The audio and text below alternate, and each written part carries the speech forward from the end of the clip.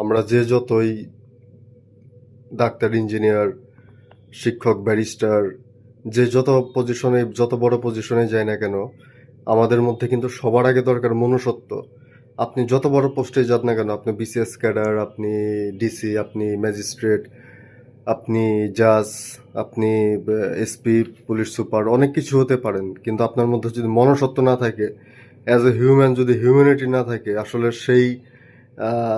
সেই ক্যারিয়ারের আসলে কোনো মূল্য আছে? সেই ক্যারিয়ারের কি আসলে কোনো ভ্যালু আছে? ভালো মানুষ হইতে হবে, ভালো মানুষ হওয়াটা খুবই ইম্পর্ট্যান্ট। আমরা আসলে ক্যারিয়ার পিছনে ছুটতে ছুটতে এতটা কনফিউজ হয়ে গেছি, আমরা আসলে ভালো মানুষ হওয়ার চেষ্টাই করি না। আমরা কিন্তু আসলে শান্তি হারায় ফেলছি লাইফে। ক্যারিয়ারের চক্করে পড়ে আমরা কিন্তু শান্তি হারায় ফেলছি। শান্তিটা খুবই ইম্পর্ট্যান্ট।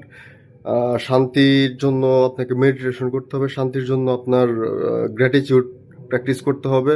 আল্লাহ তাআলা যতটুকু দিচ্ছে ততটুকু নিয়েই খুব শান্তিতে আল্লাহ শুকরিয়া করে ভালো মানুষ হয়ে বাঁচতে হবে, ভালো মানুষ হতে হবে, ভালো মানুষ হতে হবে।